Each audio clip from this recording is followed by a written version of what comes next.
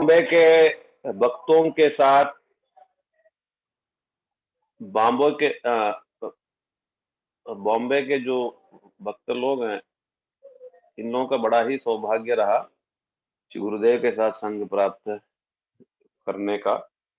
तो गुरुदेव बहुत पहले से ही बार बार जाते थे। इस्कॉन के कुछ कार्यवश इस्कॉन को बचाने के लिए केस चल रहा था।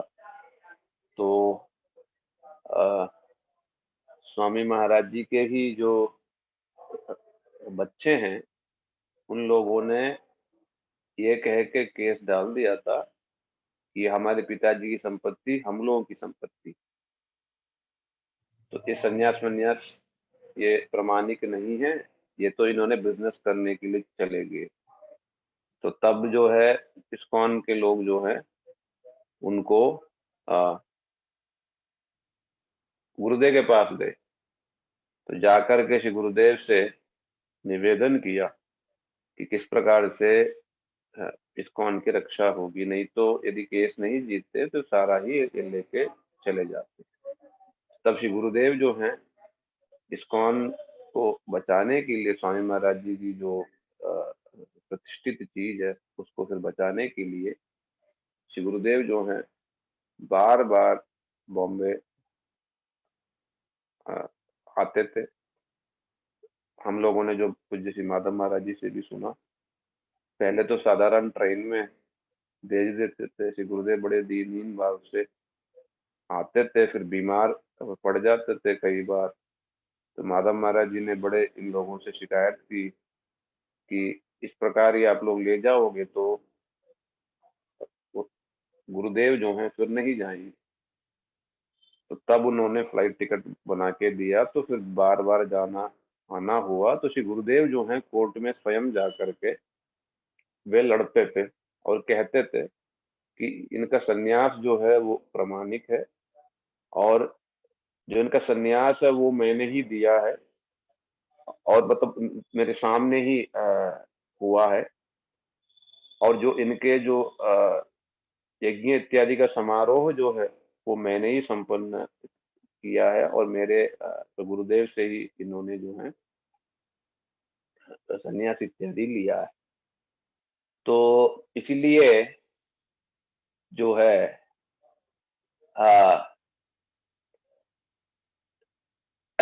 गुरुदेव ने जब इस प्रकार से प्रामाणिक रूप से सब बातों को सामने रखा, तब जो है कोर्ट जो है इस्कॉन के फेवर में रूलिंग किया, और उनके बच्चे लोग थे हार गए थे। तो श्री गुरुदेव यदि इस प्रकार से बड़े मेहनत से बड़ा कुछ सहन करते हुए जाते नहीं बार बार, तो शायद इस्कॉन जो हम देख रहे हैं ये शायद नहीं रहता, या पता नहीं किस रूप में होता। तो इसलिए गुरुदेव का तब उस समय बार बार बॉम्बे जाना रहा। तो जितने बार जाते थे इस्कॉन के जो जुहू में वे रहते थे, गुरुदेव को वहां जो गेस्ट हाउस में ठहराते थे, बड़े सम्मान के साथ रखते थे। और सारे जो जीबीसी के जितने थे सब उनके पास जाते शिक्षा लेने के लिए, प्रश्न पूछते, श्री गुरुदेव उनको समझाते। तब धीरे धीरे जो है बॉम्बे के जो भक्त लोग जो हैं वे लोग भी जो है श्री गुरुदेव के पास जाने लगे। विशेष करके मधु दीदी के प्रभाव से धीरे धीरे बहुत सारे लोग जाने लगे। तो फिर उसके बाद जो है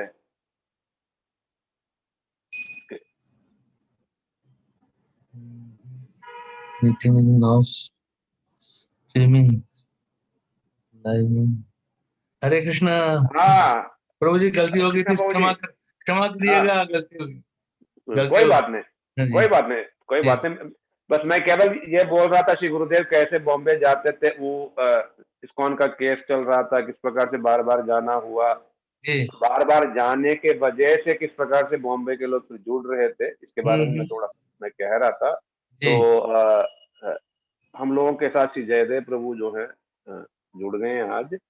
ये रानीखेत है उत्तराखंड उत्तराखंड में। में। हाँ, तो रानीखेत के पास में ही एक गांव है, तया गांव, वहां के बिलोंग करते हैं। जी। अ, अ, प्रभु जी जो है एक बार तया गांव में कुछ प्रोग्राम रखा था, तो हम सब लोगों को बुलाए थे। तो वहाँ गांव में प्रभु जी ने बहुत अच्छा प्रचार किया, जबकि पहाड़ों में प्रचार करना बहुत ही मुश्किल काम है। तो वहाँ हम लोग जाने का सौभाग्य हुआ। तो वहां से है, वहां से बॉम्बे आए। किस लिए आए ये हम सुनेंगे प्रभु जी से ही। ये फिल्म में एक्टर बनना चाहते थे। तो इसलिए ये आए थे बॉम्बे। किंतु गुरुदेव का चमत्कार देखो, स्वामी महाराज जी का जादू देखो। कहाँ फिल्म एक्टर बनना था तो कहाँ ये बिल्कुल भक्त बन गए, कृष्ण भक्त। और कहाँ फिल्म में जाना था, प्रभु जी तो अब जो है भागवत कथाएं और सबको कृष्ण भक्ति में लगाया। और विशेष करके इनके घर से दो दो लोग जो है मठ में साधु बन गए हैं। वो एक राम करके है जो दुर्वासा में थे पहले, अब आजकल गोपीनाथ भवन में है, महाराज बन गए हैं। और दूसरा है जो गोवर्धन में थे, अभी जो रुचनाथन में है, अजीत अजीत प्रभु। अजीत प्रभु। हाँ, तो ये दोनों जो है विशेष करके प्रभु जी के प्रेरणा से ही मठ में इन सबका आना हुआ। और बहुत लोगों को इन्होंने फिर जोड़ा भी है वहां पर। इसलिए मैं ज्यादा समय नहीं लेते हुए प्रभु जी से ही मैं प्रार्थना करूंगा। थोड़ा सा प्रभु जी, वो तया गांव से यहाँ आना और जो जी। फिल्म एक्टर आपको फिर बनना था, वहां से इस्कॉन की तरफ कैसे आपका रुझान हुआ, फिर वहां से फिर गुरुदेव के पास वो कैसे आना हुआ, रघुवीर जी ने लाया आपको, है ना, इस प्रकार की जी। चीजें जी हाँ। थोड़ा जी हाँ। कृपा करके जी। मतलब जी। भक्तों के निकट वो सारी चीजें बताएं। जय हो, जय हो। जय श्री गुरुदेव। गुरुदेव की महती कृपा से मेरी जीवन यात्रा मेरे गांव तया से उत्तराखंड से प्रारंभ हुई। गुरुदेव के चरण कमलों तक पहुंचने के लिए बहुत लंबा समय लगा। जीवन बहुत संघर्षमय रहा। प्रारंभिक अवस्था बहुत गरीबी की थी, अधिक पढ़ाई नहीं कर सका था। भगवान ने फिर भी कृपा करके ग्रेजुएशन तक करवा दिया। और प्रारंभ में जीवन यापन के लिए गांव के पास ही एक विद्यालय में शिक्षा का कार्यक्रम मिला, शिक्षा की सेवा करने का अवसर मिला। कुछ समय तक 3 साल तक लगभग वहां सेवा की। उसके पश्चात बहुत दिनों से ये दिल में, मन में एक बड़ी इच्छा थी कि देशभक्ति के लिए भी कुछ करूं। शिक्षा क्षेत्र में थोड़ा सा कर लिया, उसमें बहुत आगे बढ़ने के अवसर नहीं मिल रहे थे। तो मैंने सोचा भारत माता की सेवा में कुछ किया जाए। और एक ऐसा शुभ अवसर प्राप्त हुआ कि मैं बॉर्डर सिक्योरिटी फोर्स में भर्ती हो गया। बॉर्डर सिक्योरिटी फोर्स, BSF, सीमा सुरक्षा बल, जो उन दिनों नया नया ही बना था। और उस दौरान मुझे ट्रेनिंग हुई। ट्रेनिंग के बाद बॉर्डर पर, पश्चिमी क्षेत्र में, भारत के पश्चिमी बॉर्डर पर जोधपुर में मेरी पोस्टिंग हुई। वहां 2 साल लगभग सेवा की। उसके बाद हम लोग पूरी बटालियन मूवमेंट होगी हमारी श्री गंगानगर सेक्टर में, रायसिंह नगर सेक्टर में हमारा स्टेशन था। और भगवत कृपा से मैं उन दिनों पढ़ाई भी कर रहा था। मुझे ग्रेजुएशन तक करना ही था कैसे भी, तो प्राइवेटली में स्टडी कर रहा था। और 1971 का वॉर भी छिड़ गया। उधर वार हो गया, इधर पढ़ाई चल रही थी। और मेरा एक प्रैक्टिस में एक प्रकार की जब हम करते थे घोड़ा कूदना इत्यादि इत्यादि, मेरा हाथ फ्रैक्चर हो गया। और फ्रैक्चर होने से मैं मेडिकल ग्राउंड पर जो है मेरा मेरा आगे बढ़ने का जरा कम अवसर रह गया, आगे प्रोग्रेस होने, क्योंकि इन अनफिट माना जाता है। कोई भी अंग अगर टूट जाए या ब्रेक हो जाए या कुछ हो जाए तो एक वो GD मैंने जनरल डायरी की, जिसमें हम लड़ाई करते हैं, एक्सरसाइजेस करते हैं, उसके लिए नहीं कर सकते आगे। फिर मुझे मिनिस्ट्रियल स्टाफ में ट्रांसफर कर दिया गया। वहां से मैं मिनिस्ट्रियल स्टाफ में दिल्ली में रहा कुछ समय। दिल्ली से मुझे गुजरात में पोस्टिंग मिली, गुजरात से बॉम्बे आने का अवसर। और उन दिनों रेडियो पर, टेलीविजन पर थोड़ा बहुत सुनते थे, जो बल्कि शायद रेडियो पर ही कुछ फिल्मी गीत सुनते थे। बड़ा आनंद आता था, बड़ा सुंदर मन करता था हम भी कुछ गाएं, हम भी कुछ नाचें ऐसा मन बनता था। तो बॉम्बे इसलिए आ गया कि हमारी रेजिमेंट को बॉम्बे आना पड़ा। वहां पर कम्युनल ये हो गए थे, दंगे हो गए थे, लड़ाई झगड़े हो गए थे। उसको शांत करने के लिए हमको बॉम्बे आना था। और बॉम्बे मेरे लिए बिल्कुल नई जगह थी, कुछ जान नहीं पहचान नहीं, किसी को नहीं जान। लेकिन गुरुदेव की कृपा से, भगवान की कृपा से यहाँ एक परिचय हो गया। वो हमारे उत्तराखंड के ही लोग थे, उनके साथ परिचय हुआ, उन्होंने अपने घर में बुलाया, उनसे अच्छा प्रेम व्यवहार हो गया। और मैंने मन में विचार हुआ कि अब मुझे बॉम्बे में एक सहारा तो मिल गया, एक जगह तो मिल गई जहाँ मैं आके रुक सकता हूँ। तो मैं गया, जब ड्यूटी हमारी पूरी हो गई, गुजरात गए, वहां से 2 महीने की छुट्टी लेके आ गए। अच्छा, उन्हीं दौरान जब मैंने कहा कि लड़ाई हुई, तो लड़ाई के बाद तुरंत मुझे दिल्ली आके मेरे ग्रेजुएशन की एग्जाम कंप्लीट की और भगवत दया से पास भी हो गया, ग्रेजुएट भी बन गया। इतनी तेरी मेरी तमन्ना थी कि यहाँ तक पहुंचूं, क्योंकि हाई स्कूल के बाद ही मेरी पढ़ाई रुक गई थी। तो वो पूरी की, भगवान ने कृपा की। और बॉम्बे में अब सोचा जब यहाँ रहना है तो कोई सहारा तो होना चाहिए, कुछ पैसा धन कहाँ से आएगा, कैसे खर्चा होगा, क्या करेंगे। तो जॉब सर्च किया, जॉब मिल गया भगवान की दया से। जॉब करते करते मन में तो था विचार कि फिल्म लाइन का जो है प्रैक्टिस जरा कोशिश करनी है, दिखना है। तो मैं एक बड़े 5 स्टार होटल में रिसेप्शनिस्ट लग गया और वहां पर फिल्म शूटिंग होती थी। दीवार फिल्म की शूटिंग हो रही थी, अमिताभ बच्चन, शशि कपूर, ये सब थे आर्टिस्ट। अब मैंने वहीं से वो डायरेक्टर साहब से जरा रिक्वेस्ट की, मैंने कहा प्रभु जरा मैं भी थोड़ा आना चाहता हूँ, मुझे भी सेवा का अवसर दीजिए। उन्होंने कहा देखो अभी ये लिफ्ट से अमिताभ बच्चन और शशि कपूर नीचे उतरने वाले हैं, जैसे वो लिफ्ट से बाहर निकलेंगे उनके पीछे पीछे तुम भी चल देना। मैं पतला सा दुबला सा, एक टाई लटक रही थी गले में और मैं उसके पीछे पीछे चल गया। ये मेरी पहली जो है इच्छा भगवान ने पूरी कर दी कि छोटी थोड़ी देर के लिए सही मैं उस फिल्म में, दीवार फिल्म में दिखाई दिया। फिर तो भगवान की कृपा से छोटे मोटे काम मिलते रहे। खुली फिल्म मैंने काम किया, दीवार के बाद और भी अन्य एक खुशी नामक फिल्म, उसका पूरी नहीं हुई, उसमें साइड हीरो था। और एक फिल्म में इंस्पेक्टर था, वो भी पूरी नहीं हो पाई, बेचारी वहीं रह गई, अटक गई। और एक फिल्म में डॉक्टर था। तो छोटे मोटे रोल तो मैंने किए, पर बड़े अच्छे रोल नहीं मिल पा रहे थे, क्योंकि बैकग्राउंड बहुत कमजोर थी ना। क्योंकि पैसा नहीं था अपने पास, कोई गाड़ी नहीं थी, अपने बंगला नहीं था, ठाट बाट नहीं थे, कोई और कोई अच्छी जान पहचान भी नहीं थी, कोई हमारे कोई अच्छे डायरेक्टर प्रोड्यूसरों से पहचान भी नहीं थी। इसलिए वहां पर ज्यादा मैंने समझा कि मुझे आगे बढ़ने के चांसेस तो है नहीं, और पहले से ही शादीशुदा था।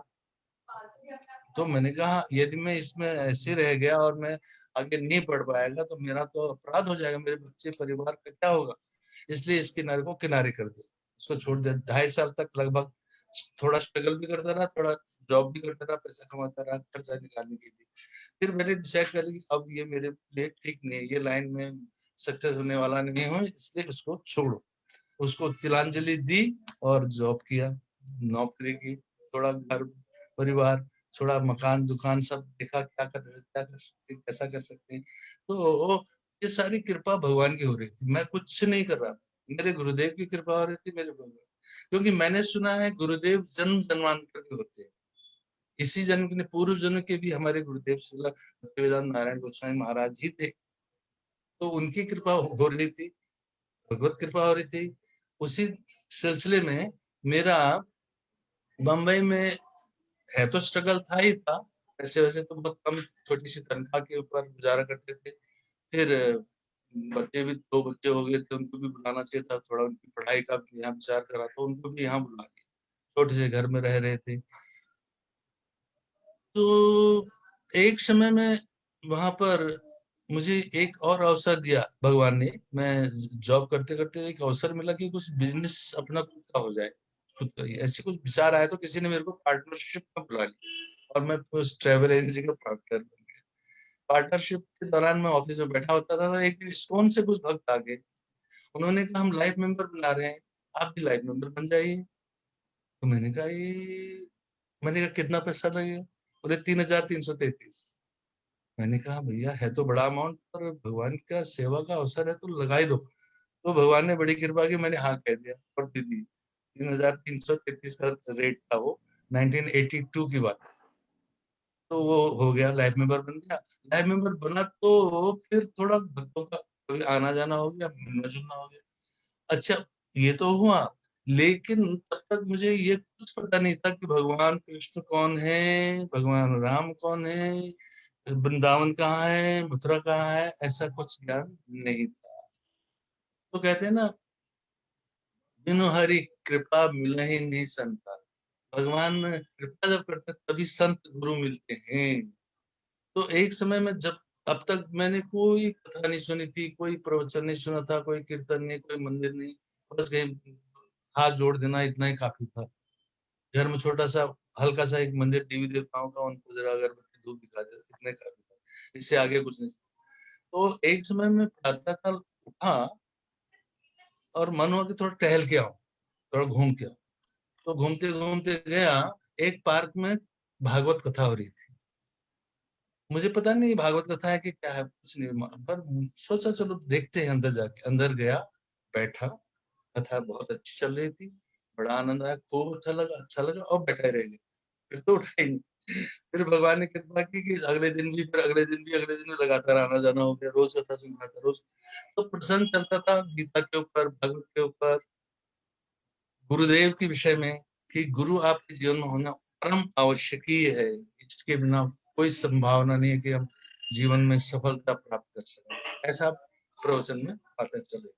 और ये भी कहा जाता था, तो महाराज जी कहते थे कि यदि आप नित्य रोज एक एक श्लोक भी कम से कम भगवत गीता का पढ़ेंगे, तो आपको भगवान की कृपा प्राप्त हो। तो जब मैं लाइफ मेंबर बना तो मुझे गीता दी गई थी, जब माला भी दी गई थी, लेकिन मैंने चुपचाप अलमारी में रख दी, कुछ नहीं कर रहा था, ऐसे ही पड़ी थी। तो जिस दिन ये सुना कि गीता पढ़नी चाहिए, तो उसी दिन से मैंने प्रारंभ कर दिया गीता पढ़ना। एक एक श्लोक रोज पढ़ता था, रात को सोने का टाइम हो गया, दिन भर तो इधर उधर भाग दौड़ रहती थी, रात को जो है बैठता था और सुनता था और पढ़ता था। फिर अब भगवान की कृपा ही है जो मुझे एक अवसर दे दिया भगवान ने। तब मुझे जैसे लाइफ मेंबर बन गया था, तो मिलने से, कुछ लोगों से मिलना जुलना हो गया था। तो कई लोग, तब तक वो बिजनेस जो भगवान ने चला दिया था, थोड़ा आगे बढ़ गया था ट्रैवल एजेंसी का, तो लोग आते थे, कोई भक्त भी आते थे, कभी कोई टिकट वगैरह के बाद। तो उनसे मालूम पड़ता था, इस्कॉन जुहू के मंदिर में रोज सुबह सुबह 7:15 बजे दर्शन आरती होती है, गुरु पूजा होता है, बड़ा अच्छा लगता है। तो मुझे भी बड़ा मन हुआ, मैंने कहा ठीक है, तो नजदीक है, भगवत कृपा से बहुत नजदीक है, मंदिर पास में, वॉकिंग डिस्टेंस पे है। तो प्रभु ने कृपा की और मैं जाना प्रारंभ हो गया। सुबह सुबह जो है 7:15 बजे में जैसे ही जाता, फिर तो धीरे धीरे भक्तों से परिचय हो गया। फिर थोड़ा नाम जप करने का, माला भी करने को लग गया, जप माला से जप भी करने लग गया। और कुछ दिनों बाद फिर पता लगा कि सुबह सुबह एक मंगल आरती होती है 4:30 बजे। उसमें तो बहुत ही आनंद आता है, भगवान की कृपा बरसती है, सब भक्तों का संग होता है, बड़ा शांत वातावरण होता है, इतना अच्छा लगता है कि बस आनंद से तो मेरा मन हुआ मैं भी जाऊं। तो भगवान ने कृपा की और मैं 4:30 बजे की मंगल आरती में जाना प्रारंभ हो गया। मंगल आरती में रोज जाना हो गया, फिर तो रोज जाने को मन हो गया, चाहे बरसात हो, चाहे गर्मी हो, चाहे कुछ भी हो, लगातार जा रहा था। परिचय भक्तों से बढ़ता गया, बढ़ता गया। अब लगभग 1 साल के करीब मेरा हो गया था आते जाते। अब विचार बना कि गुरुजी तो होने चाहिए, तो सुना है कथा में। और अब मैं वहां पर भागवत कथा सुबह जो होती थी वो भी सुनने लग गया था, तो सत्संग भी प्रभाव थोड़ा सा मिल रहा था, और पहले ही सुन चुका था गुरुजी आवश्यक ही है जीवन में होना। फिर मुझे लगा मुझे गुरुजी तो चाहिए। तो अलग अलग महाराज जी कथा सुनाते थे, तो एक दो महाराज लोगों से मन भी हुआ इनसे दीक्षा ले लूं, विचार भी बना, मिलना जुलना भी उनसे सुनने को भी हुआ। पर जो प्रभु से जो होना है, प्रभु कृपा से होना है, वही होना है। तो मैं सोचता था मैं कैसे अच्छे गुरु को मिलूंगा, मेरे को अच्छे से अच्छे गुरु से, बहुत ही सौम्य, बहुत ही सरल, बहुत ही श्रेष्ठ भक्त, और बहुत ही जो है प्रेम से बात करने वाले, समय देने वाले ऐसे गुरु मेरे में, और प्रौढ़ हों, जिनको अच्छे से ज्ञान हो सारे भक्ति, ऐसे गुरु मुझे चाहिए। तो मैं नित्य वहां पर भक्तिवेदांत स्वामी महाराज के चरण कमलों में प्रणाम करके मांगता था कि मुझे ऐसे गुरु चाहिए, हे जगत गुरु, मुझे ऐसे गुरु दीजिए जो मुझे प्रेम पूर्वक अपना ले, अपने चरणों में आश्रय दे दे। और वही राधा रास बिहारी जी से मैं प्रार्थना करता था कि मुझे ऐसे गुरु चाहिए। तो भगवत कृपा, गुरु कृपा की मुझे भक्तों से सुनने में मिला, वहां के भक्त बताते थे। जब मैं पूछता था मुझे गुरु चाहिए, मुझे कौन अच्छे गुरु मिलेंगे, कहाँ मिलेंगे, तो कुछ भक्त जो हमारे गुरु से बहुत प्रेम करते थे, बहुत उनको मानते थे, तो उन्होंने कहा इस समय सबसे श्रेष्ठ गुरु जो है, सबसे वरिष्ठ गुरु जो है, वो है श्री श्रीमद भक्तिवेदांत श्रील नारायण गोस्वामी महाराज। आप उनसे मिलिए। मुझे पता ही नहीं, मैंने कहा गुरुदेव कहाँ मिलते हैं, फिर कहाँ रहते हैं गुरुदेव? उन्होंने बोला वृंदावन है, मथुरा है, वहां रहते हैं। तो मैंने विचार किया कि मैं, अच्छा, चाहते थे वहां के लोग, इस्कॉन के लोग, कि मुझे वहां से ही दीक्षा लेनी चाहिए। सबका ये विचार, सभी लोग चाहते थे। और जो कुछ लोग मेरे गुरु जी से बहुत प्रेरित थे, वो मुझे बताते थे। और हमारे उत्तराखंड के ही एक प्रभु जी, श्री श्रीमद रघुवीर दास जी प्रभु जी, हमारे उत्तराखंड के, हमारी भाषा बोलना चलना, उनसे परिचय हुआ था। तो वो हमारे गुरु जी से बहुत प्रभावित थे, गुरु जी की शरण में आ ही गए थे, ऑलमोस्ट आ ही गए थे। तो गुरु जी से उनका बहुत भाव अच्छा था, उन्होंने गुरु जी की बहुत सेवा भी की थी, उनसे परिचय था। तो मैं उनसे भी कहता था मुझे भी गुरु जी कोई अच्छे बताइए। तो उन्होंने कहा चिंता मत करिए, हम बताएंगे आपको। तो मैंने कहा कहाँ? बोलते हैं गुरु जी तो वृंदावन में। तो तो मैं वृंदावन जाऊंगा, अपने मन से ही ढूंढ खोज करूंगा गुरु जी की, पता करूंगा कहाँ रहते हैं, कहाँ आश्रम में क्या है, और उनसे दीक्षा मंत्र मांगूंगा, कृपा मांगूंगा। कुछ समय बाद जब मैं सोच रहा था ऐसा, तो रघुवीरदास प्रभु जी ने कहा चिंता मत करो, गुरुदेव बॉम्बे ही आ रहे हैं। क्योंकि गुरुदेव का आना जाना बहुत था बॉम्बे में, इसलिए कि उनका ऑपरेशन भी हार्ट का यहाँ बॉम्बे में हुआ था, रघुवीरदास जी हॉस्पिटल में ले जाते थे। और फिर आंख का ऑपरेशन हुआ था, तो इसलिए उनका आना जाना, और फिर साथ साथ इस्कॉन का और कुछ प्रॉब्लम चल रही थी, जो कानूनी कार्रवाई हो रही थी, उसके विषय में भी उनको आना जाना होता था, कोर्ट में जाना होता था। तो इसलिए उनका आना जाना काफी था। तो बस हो गया, बड़ी कृपा हो गई, गुरु जी आए थे, एक भक्त के घर में रुके, हम लोग दर्शन करने गए। अच्छा, उसमें भी क्या गुरु कृपा देखिए, कि मैं तो जाने को तैयार था, मुझे तो बड़ी इच्छा थी मैं गुरु जी के दर्शन करूंगा और कृपा मांगूंगा। मैंने अपनी पत्नी से कहा देवी तुम भी चलो, बड़ा अच्छा अवसर है, गुरुदेव आए हैं वहां से, वृंदावन से आए हैं, वृंदावन के श्रेष्ठ भक्त, बड़े उच्च कोटि के भक्त हैं, संत हैं, आप भी दीक्षा ले लो। बोली, नहीं नहीं, मैं तो दीक्षा नहीं ले सकती, मुझे तो नहीं, मैं तो नहीं ले, मुझे नहीं आया, मुझे नहीं आया। मैंने कहा ऐसा करो, दीक्षा नहीं लेना कोई बात नहीं, चलो दर्शन तो करो, वो भगवंत कृपा, गुरु की कृपा तो तैयार होगी। बोले ठीक है, मैं दर्शन करने तो आती हूँ, पर मैं दीक्षा नहीं लूंगी। बोले ठीक है, कोई बात नहीं, चलो। चले। रघुवीरदास प्रभु जी ने सबको तिलक लगवाया, सबको माला करने का विचार बता के, ऐसे बस जपते हैं, ऐसे ये होता है। सब बहुत से लोग आए थे, बहुत से लोग शिष्य बनने को आए, गुरु जी से दीक्षा लेने आए थे। तो मैं तो सीधा गुरु जी के चरणों में चला गया।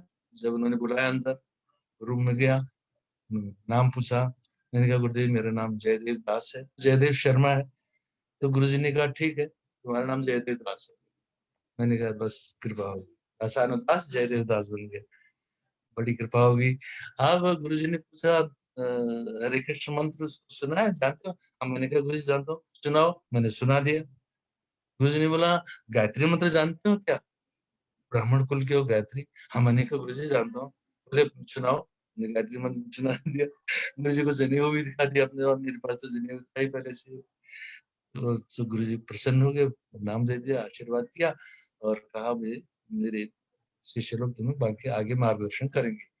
अब बाहर आया, तो मेरी पत्नी ने कहा मैं दर्शन तो करना चाहती हूँ गुरु जी के, तो दर्शन करे।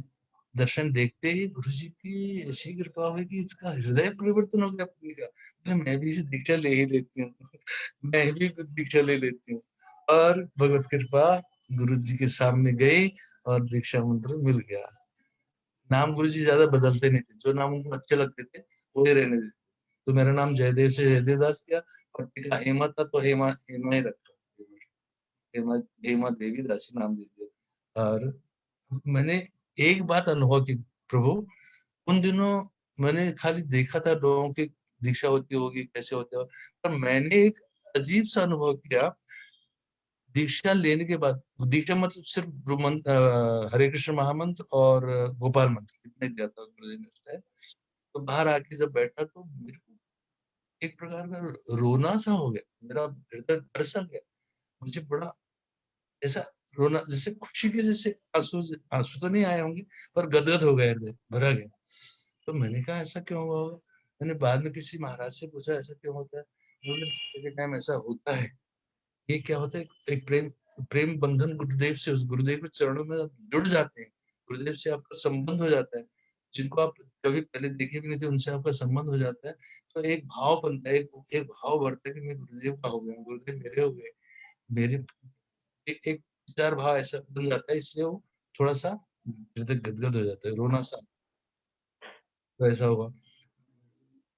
और पत्नी ने फिर बाहर आके कहा "अब बस ठीक है, मैं भी दीक्षा ले चुकी हूँ, मुझे माला दिलाओ"। तो रघुवीर दास गुरु ने सबको माला दी, सबका माला जप करना शुरू। फिर अपने अपने प्रसाद इत्यादि की व्यवस्था हुई, गुरुदेव को प्रणाम करके प्रणामी जो कुछ भी बनती थी देख देख के चरणों में देखे, फिर अपने अपने घर को लौट। अब गुरुजी ने तो मंत्र दे दिया, अब आगे जीवन में और क्या, कैसे पूजा करनी है, कैसे क्या करना है, कैसे नाम जप करना है, ये सब हम अपने सीनियर भक्तों से श्रवण करते, गुरुदेव के शिष्यों से जानते हैं।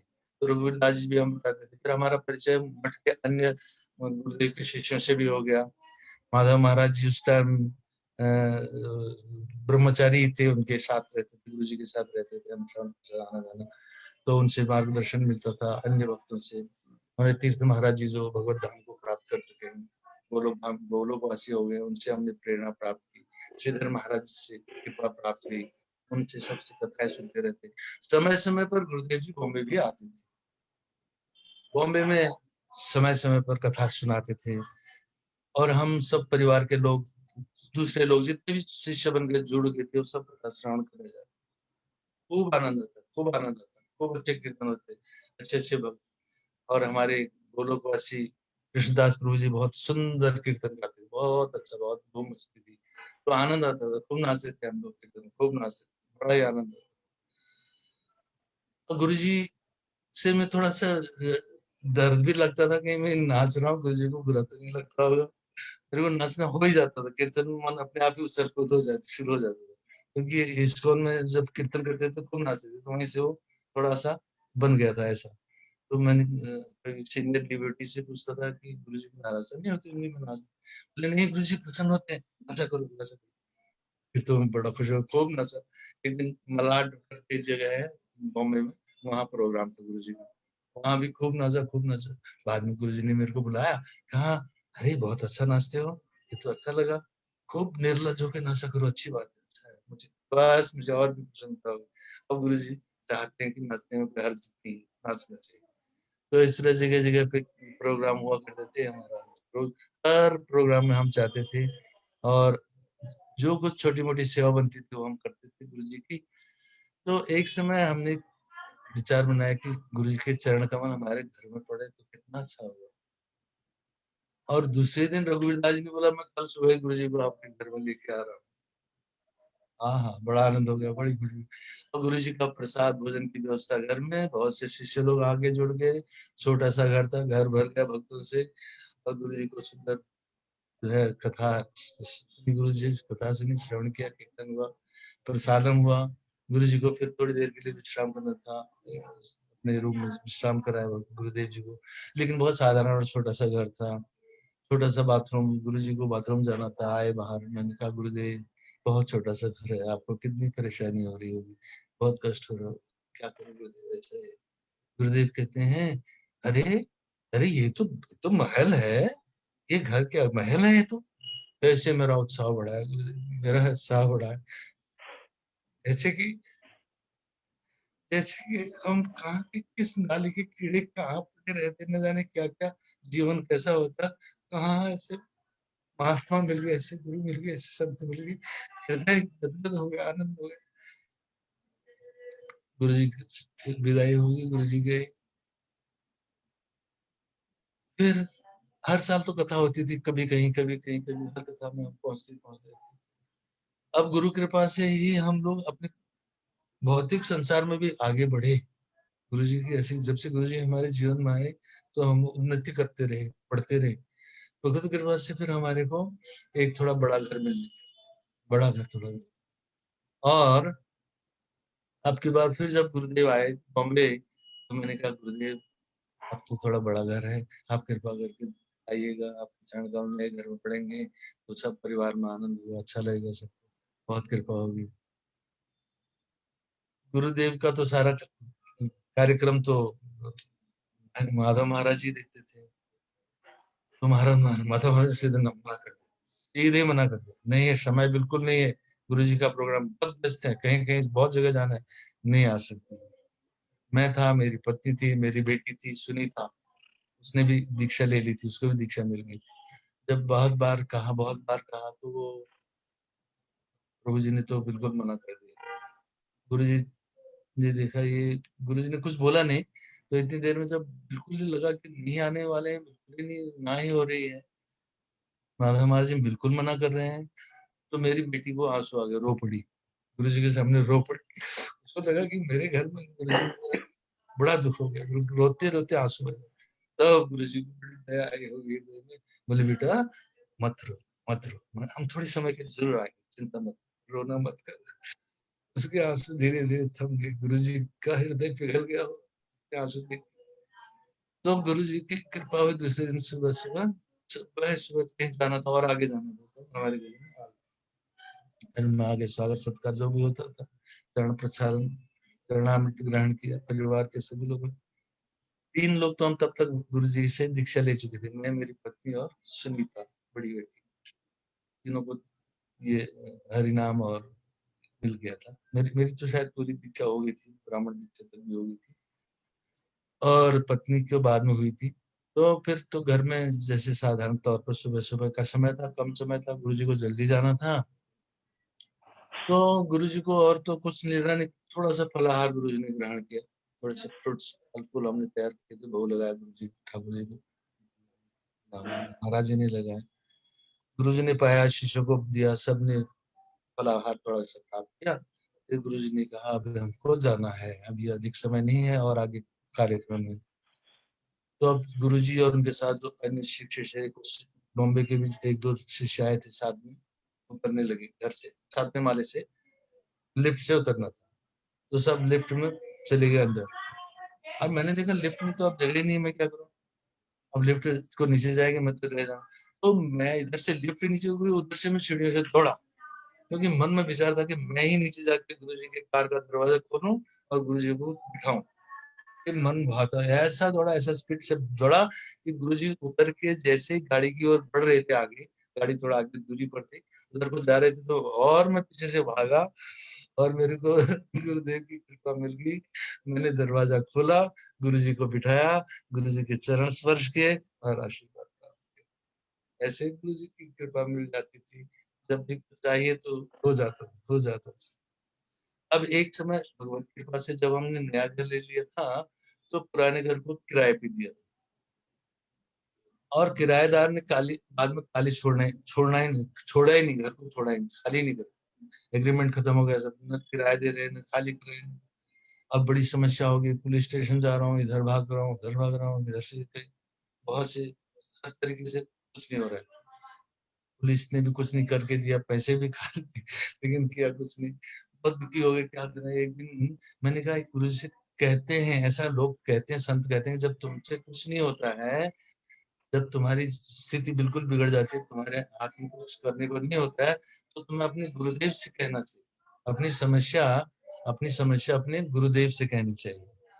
जो मैंने कहा ऐसा जब है, तो गुरुदेव से पत्र लिखा, गुरुदेव को पत्र में लिखा कि ऐसी ऐसी समस्या हो गई है गुरुदेव। यद्यपि मैं नहीं चाहता हूँ कि ऐसी समस्या आपके सम्मुख रखूं, भौतिक संसार की बातें मैं आपसे कहूँ, और ये समस्या होगी, कुछ समाधान बताइए कृपा कीजिए। गुरुदेव ने पत्र में उत्तर दिया कि ये तुम्हारी बहुत बड़ी गलती हुई है, तुमने ऐसा एग्रीमेंट वगैरह पक्का नहीं किया, कुछ तो गलती हुई है। अब तुम क्या करो, सिर्फ नृसिंहदेव भगवान की प्रार्थना किया करो, भगवान नृसिंहदेव को प्रसन्न करो, सुबह शाम को प्रसन्न तक प्रसन्न करो। वही भक्तों के दुख को दूर करते हैं, वही कष्टों को हम दूर करते हैं। इसलिए तुम नित्य, तो हम दोनों पति पत्नी सुबह शाम नृसिंहदेव की आरती करते रहते करते रहते करते रहते। काफी समय बीत गया, कुछ भी नहीं हो रहा था, अभी भी कुछ नहीं हो रहा था। तो एक दिन विचार बना, संडे का दिन था, अब मेरी पत्नी ने कहा पता नहीं उसके दिल में क्या रोष आया, बोले बंद करो, हमारे ठाकुर लोग उनको रोज खिलाते हैं पिलाते हैं, स्नान कराते हैं, सेवा करते हैं, हमारा काम नहीं हो रहा है, बंद कर दो इनकी सेवा। ऐसे गुस्से में बोल पड़ी। मैंने कहा ऐसा नहीं, ऐसा नहीं बोलते हैं। गुरुदेव ने बोला वो हम करेंगे। तो विचार किया चलो और तो कोई रास्ता बन नहीं रहा है, पुलिस से कुछ नहीं, कोर्ट जाएंगे तो लंबा चक्कर हो जाएगा, इसलिए ऐसा करो, एक व्यवस्था करते हैं, सब अपने जितने भी भक्त हैं उनको बुलाओ घर में और उनको ले चलते हैं, ऐसे इस ढंग से ले चलते हैं कि घर में घुस जाए और घर में घुस के उनको पकड़ के बाहर निकाल, और कोई रास्ता नहीं बचा हुआ। तो लेडीज को, स्त्रियां जो भी हमारी भक्तां थी, उन सबको बुलाया घर में और समय देखा कि जिस समय वो घर में है, वो एक औरत थी, वो लेडी थी, तो वो जब घर में होगी तो उसी टाइम सबसे पहले एक जाएगी, मेरी पत्नी जाएगी, ये जाएगी, इसके इसको बोलेगी मैं तेरे लिए पैसे लाया हूँ, देख तेरे को ये पैसा दे रहा है, इतना सारा बहुत सा पैसा दे रहा है, चुप कर। पहले उसने दरवाजा नहीं खोला, खटखट के नहीं खोला, तो पीछे से दूसरी जरा जानकार थी, वो उस कार्य में जब जानकार थी, उसको पैसे भी हमने अच्छे देने थे, हमने कहा तू, उसने बोला और नॉक करो और नॉक करो, पीछे से सीढ़ियों से, और सब लोग नीचे सीढ़ियों में पीछे पीछे ऐसे इधर उधर, और उसने पैसों के लालच में खोला, अब पत्नी को अंदर पहले बोल दिया था कि उसके सबसे पहले उसका मोबाइल छीन लिया, उसका मोबाइल छीना, और फिर तो सब घुस गए अंदर, पकड़ा उसको, निकलो सामान उठाओ, ये करो वो करो, खूब हंगामा हुआ काफी देर तक अंदर ही अंदर। हम लोग नीचे, ऑफिस नीचे था, ऊपर घर था, हम सब मर्द लोग तो नीचे बैठे रहे, हमने कहा पुरुष लोग नहीं जाएंगे। और संडे का दिन था, शाम का समय हो गया था कि उस समय 7 बजे के बाद फिर पुलिस इंटरफेयर नहीं करती, आती नहीं, पुलिस को बुला सकती थी, पर वो भी हमने हमारे कोई रिश्तेदार ने पुलिस स्टेशन में जाके दे जाके उनको कह दिया था कि आना नहीं, अगर बुलाया भी जाएगा। उसने एक वकील भी रखा था, तो उसको भी बुला सकती थी, पर उसको मोबाइल छीन लिया, बस इसी तरह उसको निकाला। तो ये गुरुदेव की कृपा से ही हुआ, घर खाली हुआ, सब जितने भी हमारे आए थे भक्त लोग उनको भी बुलाया, भोजन प्रसाद की व्यवस्था सब कुछ कर आके सबको कृपा मांगी, उनसे उनको धन्यवाद किया। तो ऐसी गुरुदेव की कृपा हो जाती है, गुरुदेव ही मार्गदर्शन करते हैं।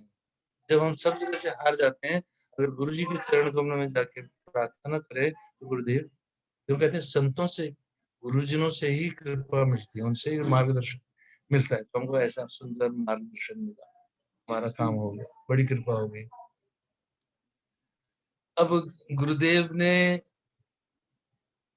जब जब जब जब गुरु पूर्णिमा होती थी, तब तब हम दर्शन करने मथुरा जाते थे, मथुरा में दर्शन, वृंदावन में दर्शन होते थे, दर्शन करने आना जाना, गुरुदेव को प्रणाम करना, गुरुदेव के चरणों में छोटी मोटी भेंट जो भी।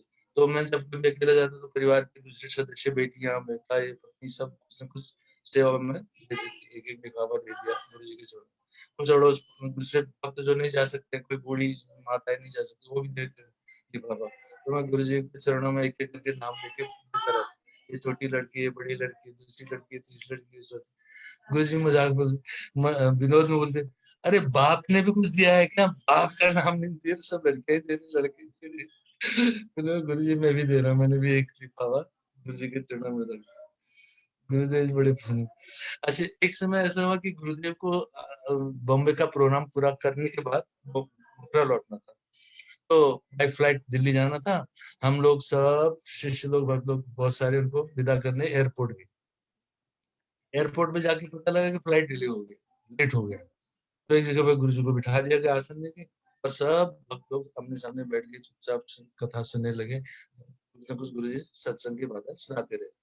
मुझे अवसर मिला, मैं गुरु जी के सामने ही बैठ गया और मैंने गुरु जी की चरण सेवा शुरू की, गुरु जी की चरण सेवा शुरू कर दी। बहुत अच्छे से, बड़ा आनंद आ रहा था, खूब सेवा।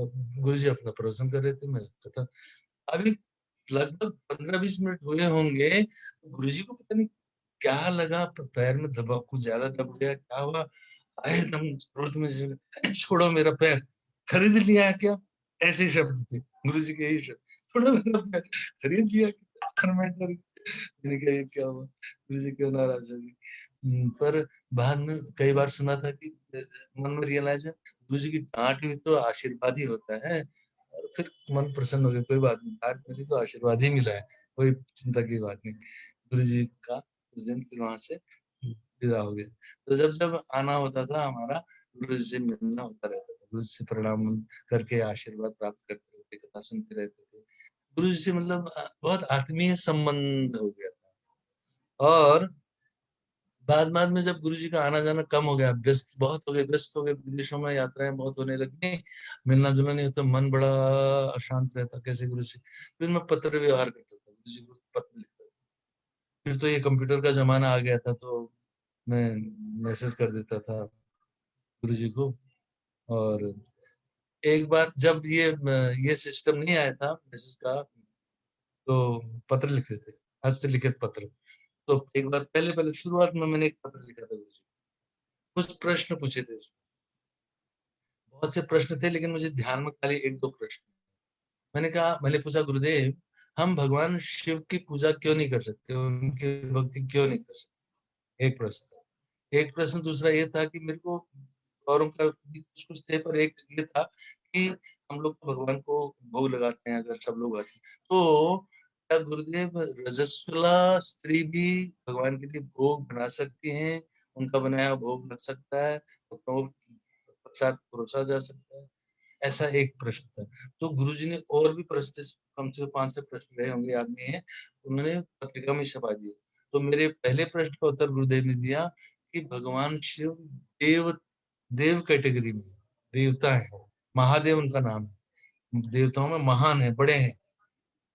तो देव पूजन या भक्ति हमारे परंपरा में नहीं है, हम सिर्फ भगवान श्री राधा कृष्ण की भक्ति, हम श्री कृष्ण और राधा की चरणों में सेवा करते हैं, भक्ति करते हैं, इसलिए हम देवताओं में किसी की भी पूजा भक्ति नहीं करते हैं। तो मैंने कहा, देखिए गुरुदेव, ऐसी कभी फिर से बात हुई कि उनको तो वैष्णवा नाम यथा शंभु कह रखा है भागवत जी में, वो इतने बड़े महान वैष्णव हैं, सबसे बड़े वैष्णव हैं। तो फिर और वैष्णव का तो हम प्रसाद लेते हैं, अन्य हमारे वैष्णव है, गुरुजन है, उनका प्रसाद लेते हैं, तो उनका क्यों नहीं लेते? उन्होंने कुछ भी हो, है वो देवता, देवतुल्य है, कुछ भी हो देवतुल्य होने के कारण उनका प्रसाद नहीं लिया जा सकता है। फिर मैंने कहा, बोला गुरुदेव, एक बार पूछा गुरुदेव, हाँ, ये तो पहले प्रश्न का उत्तर। दूसरे प्रश्न का उत्तर ने गुरुदेव ने दे दिया, हाँ, रजस्वला स्त्री से भोग नहीं लगेगा, उनका बनाया हुआ भोग भगवान को नहीं लग सकता है, नहीं लगाना चाहिए, वो भी ठीक हो गया। एक बार मैंने पूछा, गुरुदेव सब लोग कहते हैं कि सूर्य देव को सुबह सुबह जल चढ़ाना चाहिए, उनको प्रणाम करना चाहिए, जल चढ़ाना चाहिए, तो जल चढ़ाने से ठीक रहेगा, चढ़ाना चाहिए? गुरुदेव का नहीं, वो भी देवता ही हैं, जल चढ़ाने की जरूरत नहीं, प्रणाम करो, प्रणाम करो, पर जल चढ़ाने की जरूरत। शिव जी को भी जल चढ़ाओ, पुष्प चढ़ाओ, लेकिन उनकी भी भक्ति या उनको गुरु रूप में मानो, उनको गुरु रूप में मान के उनके चरणों में प्रणाम भी करो, जल भी चढ़ाओ, लेकिन वो भगवान मान के नहीं चलो। ये देवताओं के विषय में थोड़ा सा ज्ञान अर्जन हो गया कि देवता कौन है, भगवान कौन है, दोनों अलग अलग है। तो हमें भगवान की सेवा पूजा करनी चाहिए, उससे सभी देवताओं की पूजा हो जाती है, सभी देवताओं को उनका उच्छिष्ट प्रसाद मिल जाता है। इसलिए सिर्फ भगवान श्री राधा कृष्ण की पूजा भक्ति करो, सब जीव संतुष्ट हो जाते हैं, जितने भी जीव संसार के सब संतुष्ट हो जाते हैं। ये समझ में आ गई बात, अब ये क्लियर हो गया बिल्कुल कि हमको देवताओं की सिर्फ प्रणाम करो, भगवान गुरुदेव का प्रणाम जरूर करो, वो कृपा कर सकते हैं, प्रणाम करके वो तुम्हें आशीर्वाद भी दे सकते, तुमको भगवान तक भी पहुंचा सकते हैं। और मेरे साथ भी कुछ ऐसा ही हुआ। मैं पहले पहले शिव मंदिर में जाया करता, भगवान शिव के मंदिर में, कृष्ण भगवान इस्कॉन का जू का मंदिर के सामने ही शिव मंदिर है, तो वहां जाता, मेरी पत्नी भी वहां जाती है, हम लोग वहां पुजारी से बहुत अच्छे संबंध थे, आना जाना रोज, और पूजा भगवान की सेवा पूजा करते थे। और शंकर भोलेनाथ शायद बहुत प्रसन्न हुए, उन्होंने कृपा करके हमको कृष्ण की ओर मोड़ दिया, कृष्ण के पास भेज दिया, सामने मंदिर में। तब से जो सिलसिला जो बना, लाइफ मेंबर बना, भक्त बना, धीरे धीरे आना जाना हुआ, गुरुदेव के दर्शन हुए, गुरुदेव मिल गए, ऐसे धीरे धीरे हम राधा रानी कृष्ण में के चरणों में आ गए। एक गुरु कृपा, संत कृपा, भगवत कृपा से ही हुआ है। अच्छा, एक समय हमारे गुरुदेव, हम बहुत से शिष्य नवद्वीप धाम की यात्रा पर थे। तो अपना गौर पूर्णिमा के दिन सब लोग गंगा स्नान करने जाते हैं, सब भक्त जाते हैं। तो गुरुदेव जी भी गए, हम भी पीछे पीछे चल गए। गुरुदेव जी के पीछे हम बहुत से शिष्य गए। गुरुजी ने जैसे गंगा जल में पदार्पण किया और उसमें आगे बढ़ाए, अपने चरण बढ़ाए, और मेरा सौभाग्य था कि मैं गुरुजी के ठीक पीछे था। तो जैसे जैसे गुरुदेव एक पैर उठाते और दूसरा पैर आगे टेकते, एक पैर उठाते तो मैं जलांजलि देता दोनों हाथों से जल गुरुजी के चरणों में, दूसरा पैर उठाते दूसरा पीछे से देता। 3 4 5 बार कम से कम इस तरह मुझे जल से गुरु जी के चरणों में देने का अवसर प्राप्त हुआ। इतनी देर में गुरु जी ने देखा ये कौन बार बार गुरु जी ने पीछे देखा नहीं, कुछ नहीं, दोनों हाथों से छलाछल पानी फेंक दे मेरे जल जल के वर्षा कर दी खूब मेरे ऊपर। पीछे कौन कौन एक बार बार फेंक रहा है, खूब पानी बरसा दे। ओ मैंने कहा मेरा तो असली गंगा स्नान हो गया। वास्तविक गंगा स्नान तो यही हुआ, आज गुरु जी के चरणों का जल मिल गया, गुरु जी के हाथों से। बड़ा धन्य हो गया, बड़ा आनंद हो गया, बड़ी कृपा होगी, खूब आनंद हुआ, खूब आनंद हुआ। तो गुरु जी के संग तो बहुत अधिक नहीं मिला अवसर, पर्सनल ज्यादा मिलना जुलना उठना बैठना नहीं हुआ, पर हम पत्र व्यवहार में रहते थे। मैं गुरु जी को हमेशा पत्र भेजता रहता था, ब्रजनाथ प्रभु के उस पर भेज देता था मैं, और ब्रजनाथ जी गुरु जी को सुना देते, गुरु जी तुरंत मेरे को प्रत्युत्तर आता था, अधिक समय भी नहीं लगता था। बहुत कई प्रश्न जो मन में होते थे मैं गुरु जी से पूछ लेता था। एक बार मैंने पूछा, गुरुदेव हम लोग देवी माता की पूजा नहीं करते हैं, जबकि ब्रज बधुएं छोटी छोटी बालिकाएं उसकी कात्यायनी माता की पूजा करती थी कृष्ण भगवान को प्राप्त करने के लिए, तो हम क्यों नहीं कर सकते हैं? वो तो करती थी, वो तो बहुत बड़ी भक्ता थी, भगवान को प्राप्त करने के लिए उन्होंने सुबह सुबह ठंडे ठंडे जल में यमुना जी में स्नान करके बालका की मूर्ति बना के कात्यायनी माता की सेवा पूजा करती थी, और कृष्ण भगवान को पति रूप में प्राप्त करना चाहती थी, तो हम क्यों नहीं कर सकते हैं?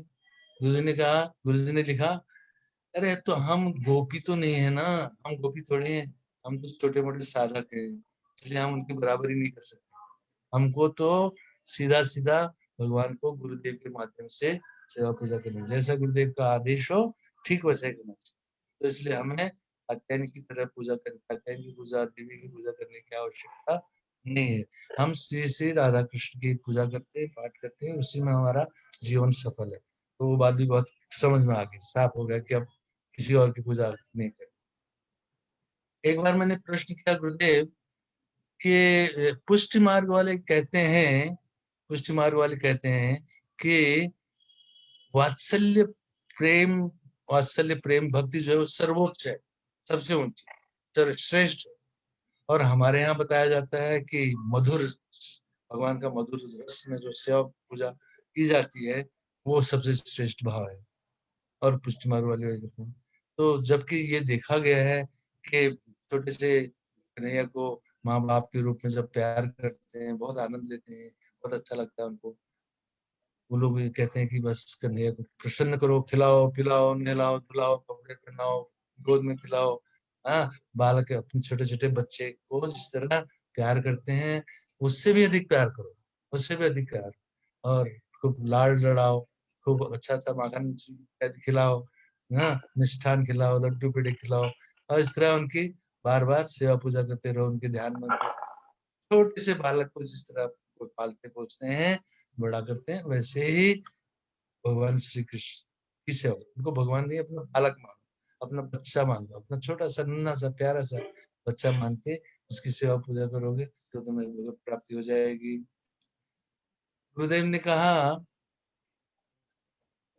हो सकता है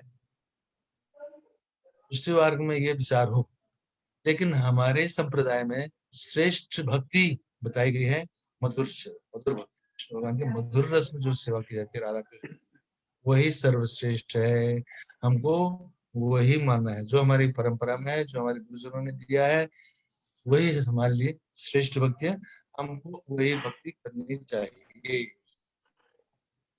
तो मैंने थोड़ा कह दिया कि बालकृष्ण के बारे में तो इतनी चर्चा होती है, इतने लड्डू गोपाल की सेवा होती है चारों तरफ, जहाँ देखो घरों घरों में लड्डू गोपाल होते हैं, लड्डू गोपाल की सेवा होती है। और बहुत से लोगों का जैसे एक बड़े ऋषि तपस्वी संत महात्मा भी उनको बहुत प्रेम भाव से पूछते हैं, मानते हैं। तो उन्होंने कहा जो कुछ भी हो, जैसा भी अपना अपना भाव है, ये भाव जो है ये पूर्व जन्म से बने हुए हैं। हर जीव के हृदय में ये भाव बने हुए हैं।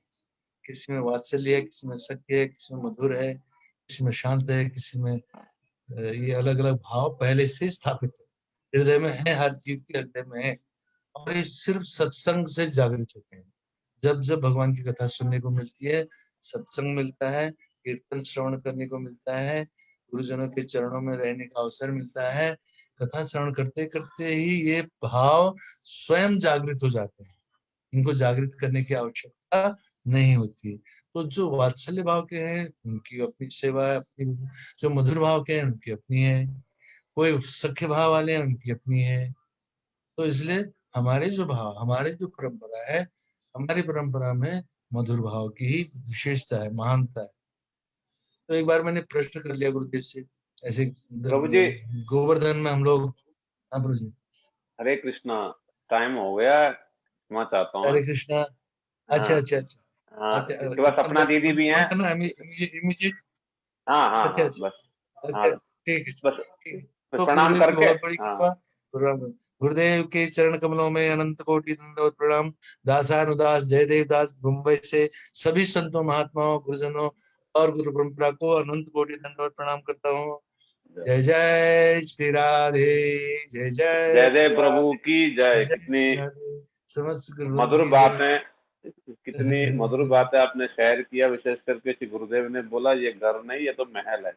बड़ा ही दिल को छू लेने वाली बातें थी ये हाँ सब। गुरुदेव जी। और जय प्रभु से हम ये भी सीख सकते हैं कि साक्षात संपर्क नहीं हो पाया, संग नहीं हो पाया, किंतु फिर भी लगातार चिट्ठियों के माध्यम से गुरुदेव के साथ संपर्क रखते रहे और उन जी। सारी बातों को शेयर किया प्रभु जी ने।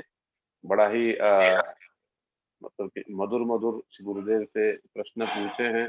गुरुदेव भी बड़े मतलब बिजी रहने के बावजूद भी हैं, तुरंत समय होता तुरंत होता। समय निकाल के प्रत्येक प्रश्न का जवाब देना करना। जवाब दे। कितना जी जी समय जी। लगता है ना? फिर भी देखो कितना मेहनत। और इस प्रकार से न मानो कई शिष्य प्रत्येक ही पूछने लग गए तो पूरा दिन तो फिर जवाब देने में चला जाएगा फिर तो, हैं? हाँ हाँ। फिर भी है जी हाँ जी। तो फिर भी पत्र देखो का। समय निकाल के देना करना, है ना? कितना बस बस ये केवल हर दया। पत्र का जवाब। हाँ, जी जब तक दया ना हो मन में सब जीवों के लिए तब तक ये चीज संभवपर नहीं होता। इसलिए गुरुदेव कितने दयालु थे, इसी से हम समझ सकते हैं। ठीक है बहुत प्रभु जी, दयालु बहुत गुरुदेव, बहुत बहुत दयालु। धन्यवाद आपको। बहुत सुंदर आपने स्मृतियां कैसे कैसे आप आए, बहुत ही मधुर रूप से आपने व्यक्त किया है। ठीक है।